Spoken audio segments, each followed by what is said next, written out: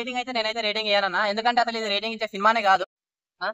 Cinema ఎలా అనిపించింది శివం బజార్? అన్న శివం బజార్ సినిమా అయితే నాకైతే చాలా అంటే చాలా బాగా నచ్చింది అన్న. నిజంగా అశ్విన్ అన్న యాక్టింగ్ అయితే ఇదిగా తీసేసిండు, మామూలుగా లేదు. ఆ కామెడీ సీన్స్ గానీ, అశ్విన్ గారితో వచ్చిన సీన్స్ గానీ, ఆ క్లైమాక్స్ లో ట్విస్ట్ కూడా అదిరిపోతుంది అన్న. ట్విస్ట్ అయితే అసలు వేరే లెవెల్ అనిపించింది నాకు. చాలా అంటే చాలా బాగుంది. డైరెక్షన్ కూడా వేరే లెవెల్ అన్న. డైరెక్టర్ ముస్లిం అని కూడా, హిందూ సినిమా తీయడం అనేది ఆ కాన్సెప్ట్ డిఫరెంట్ అనిపించింది నాకైతే. కానీ ఇంత మంచి సినిమా తీస్తారని చాలా హ్యాపీగా అనిపిస్తుంది అన్న. అశ్విన్ అన్నకి తన కెరీర్ లో ఇది ఒక బెస్ట్ ఫిలిం అని కాదు, కానీ తన కెరీర్ ఈ ఫిలిం నుంచి స్టార్ట్ అవుతుంది అని అయితే నేను చెప్తాను అన్న. కానీ చాలా మంది ఏమంటున్నారు అంటే అక్కడక్కడ కొంచెం డల్ అనిపించింది అంటారు, మీరు ఏమంటారు? అంటే అక్కడక్కడ కాదు కానీ ఎక్కడో ఒక్క చోటనే డల్ అనిపించింది అంతే. మిగిలిన సినిమా అంతా ఓవరాల్ గా చాలా బాగుంది అన్న. కాన్సెప్ట్ కూడా డిఫరెంట్ గా ఉంది.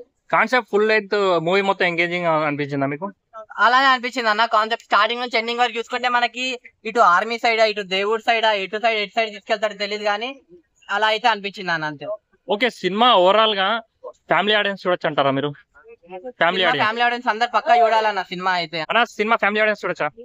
ఫ్యామిలీ ఆడియన్స్ అందరు వచ్చి కలిసిమెలిసి చూడాల్సిన సినిమా అన్న ఇది. ఎందుకంటే అలాంటి మంచి కాన్సెప్ట్ ఉంది. ఇటు మమ్మీ గురించి, ఇటు ఫాదర్ గురించి, సెంటిమెంట్ గురించి, దేవుడి గురించి, ఇలా చాలా డిఫరెంట్ గా ఉంది. కాబట్టి చూడండి, మీకే అర్థమవుతుంది అన్న. నెగిటివ్ అంటే ఏం చెప్తారు బ్రదర్? నెగిటివ్ అంటే ఏం చెప్పాను అన్న. సినిమాలో ఎక్కడో ఒక్క చోట అలా అనిపించింది అంతేగాని సినిమా ఓవరాల్ గా అంతా పాజిటివ్ అన్న.